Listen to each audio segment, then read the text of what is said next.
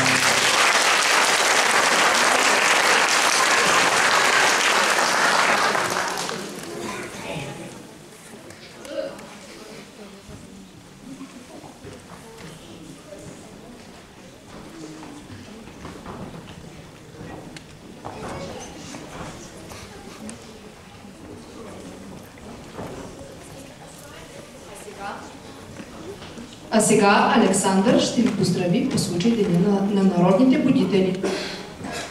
Те гледат ме от старите портрети, с благи и загрижени очи, и сякаш чува мъдрите завети, през времето гласът им пак звучи.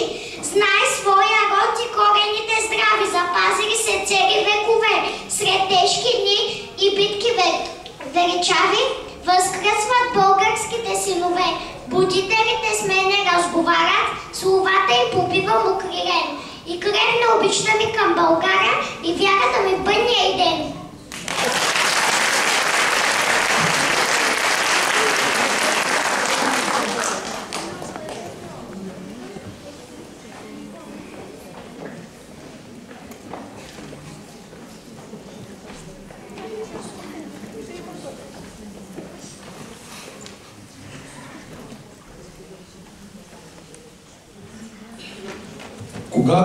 Когато мракът е най-дълбок, се ражда светлината. Когато народът се лута в тъмнината на забравата, идват будителите. Те не носят меч, а книга. Не воюват с оръжие, а със слово. Те са съвестта на един народ.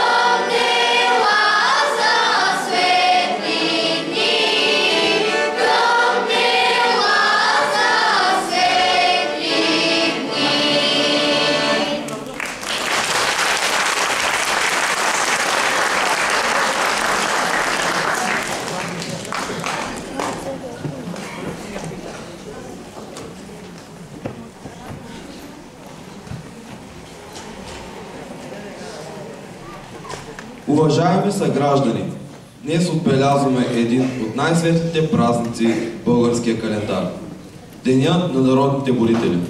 Празник на духа, знанието и родолюбието.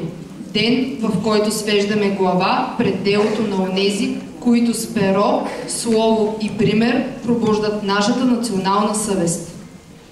За приветствие към всички вас от името на кмета на община Исперих, инженер Белгин Шукри, давам думата на госпожа Севи Мадем, секретар на община Исперих.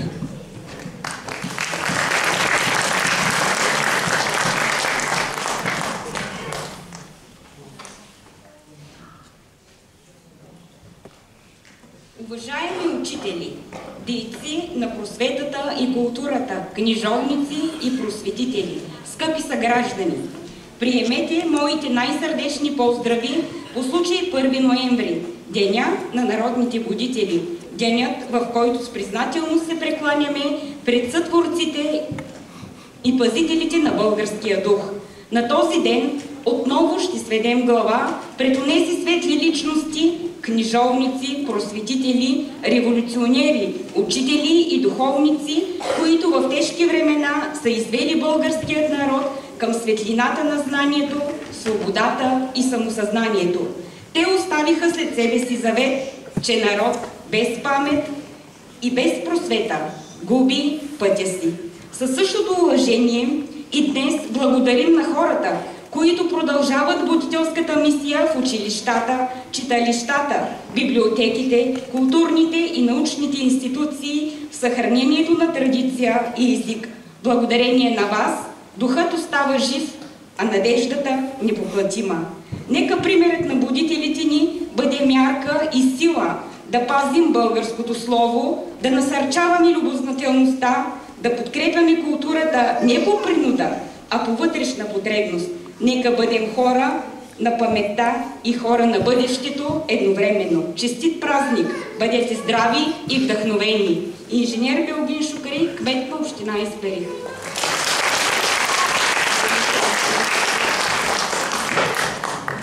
В нашия концерт участие ще вземе детска вокална група Теменуга, смесен хор Лудогорско ехо, арт-школа Художествено слово, певческа група Лудогорие с солист Павлина Костадинова, група за обработен фолклор Ахинора, танцова формация Исперихче, любителски театър Борис Илиев. От тихите килии на Хилендар Изограф започна пробуждането. Една книга, една искра, един монах, който запали пламъка на самопознанието. О, неразумне юроде, поради що се срамиш да се наречеш българин и не четиш по свой език и не думаш? Най-славни били българи. Първо се уни царове нарекли, първо уни патриархи имели, първо се уни кръстили, най-боле земла уни усвоили. Тако от своего народа славенского най-силни и честни били. И први свети славенски от български род и язик просиял, како за то поред, за всю историю написал.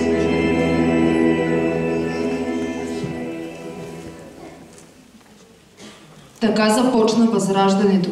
Една книга, написана с болка и любов, върна достойнството на народа.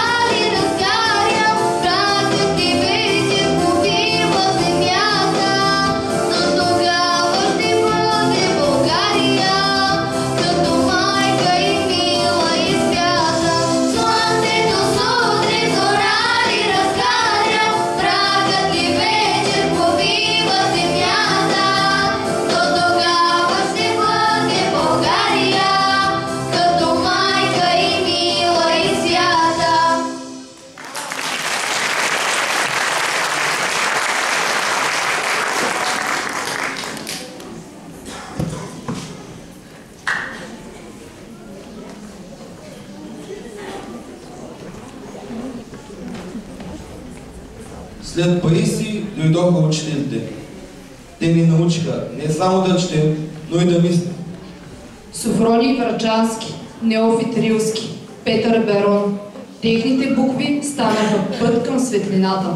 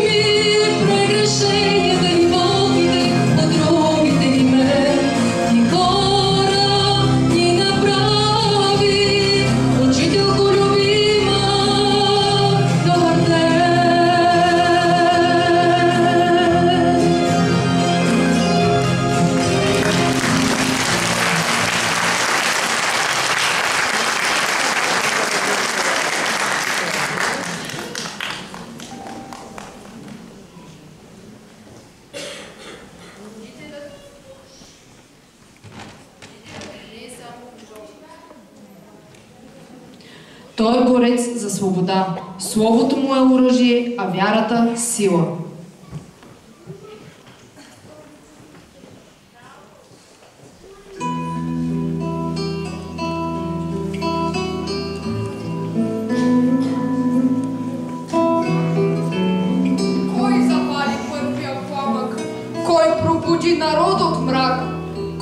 написа с перо и сърце, слово и ни изведи от вековния мрак. Това бяха водителите наши, не с оръжие.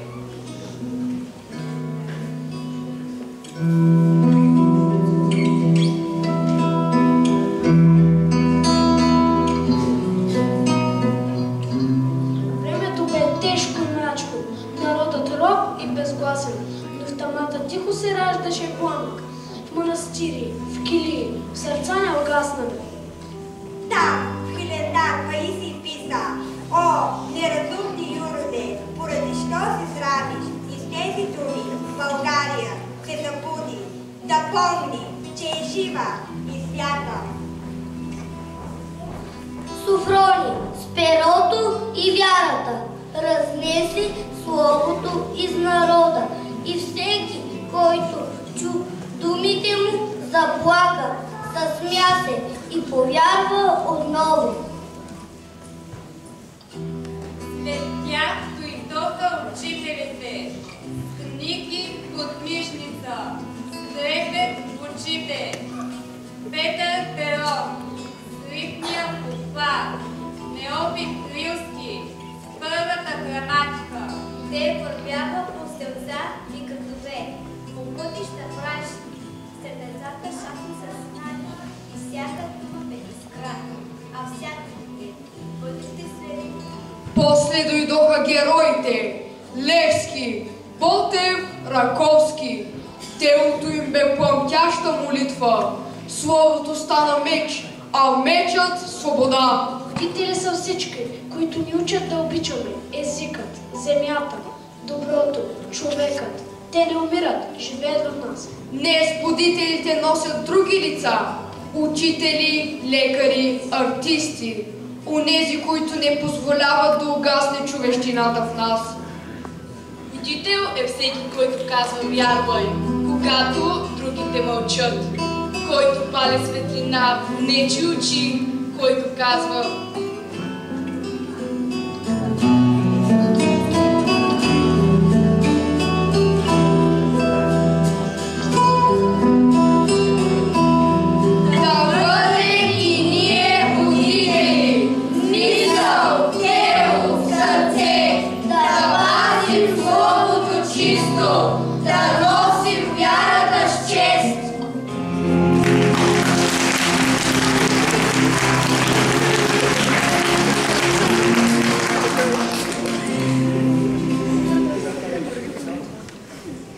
Свободата не се дава, тя се буди.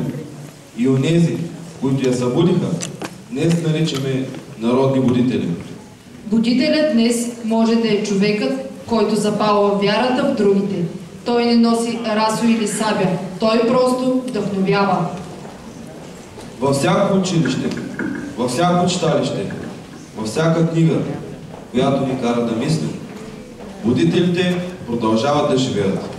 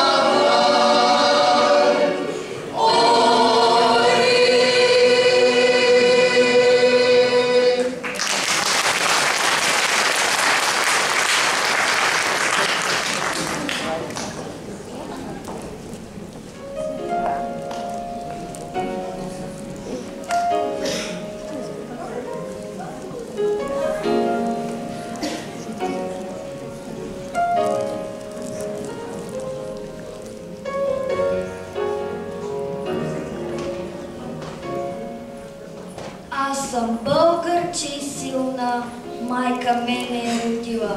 С хубост и блага обилна е родината ми мила. Аз съм българче, обичам нашите планини зелени. Българин да се наричам, първа радост е за мене. Аз съм българче свободно, в край свободен аз живея. Всичко българско и родно любя, тача и милея. Аз съм българче и расна в дни велики, в славно време. Син съм на земя прекрасна, син съм на юнашко племе.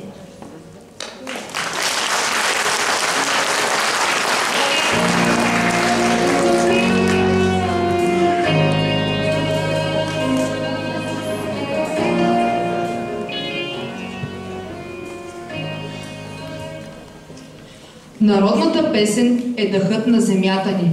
В нея има и тъга, и красота, и гордост. Българският фолклор е живата душа на народа ни. Песен, която звучи през вековете и ни напомня кои сме. В него топти ритъмът на земята, шепотът на планините и гласът на предците ни. Народните песни, хора и обичай не са просто традиции.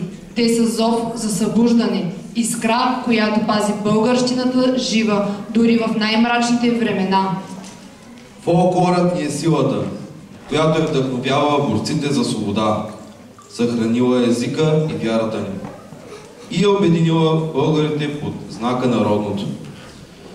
Във всеки звук на гайдата и във всяка стъпка на хорото се крие гордостта на един народ, който помни, че корените му са дълбоки и вечни.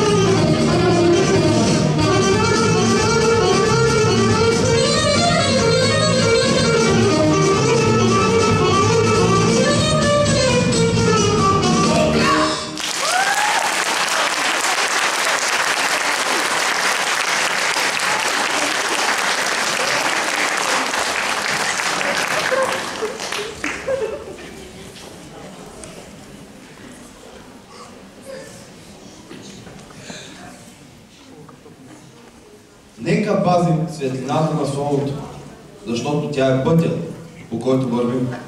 Нека помним, народът ни е жив, докато има кой да събужда духа му.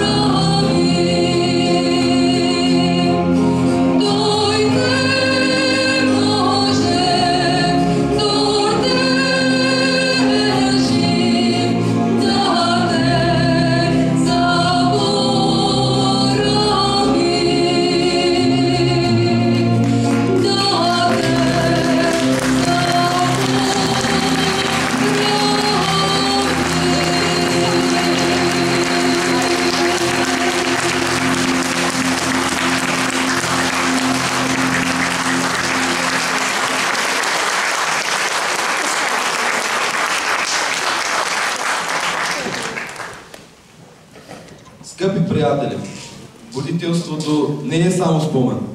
То е жива искра, която гори в нас. В делото, в думите, в песента и в усмивката. Благодарим ви, че тази вечер бяхте с нас, че споделихме един празник на духа, на благодарността и на обичта към България. Празникът и днес показва, че духът на будителите живее в очите на децата, в песните, в танците, във всяко сърце, което топти за България. Нека не спираме да бъдем будни, добри и вдъхновени. Честит ден на народните будители!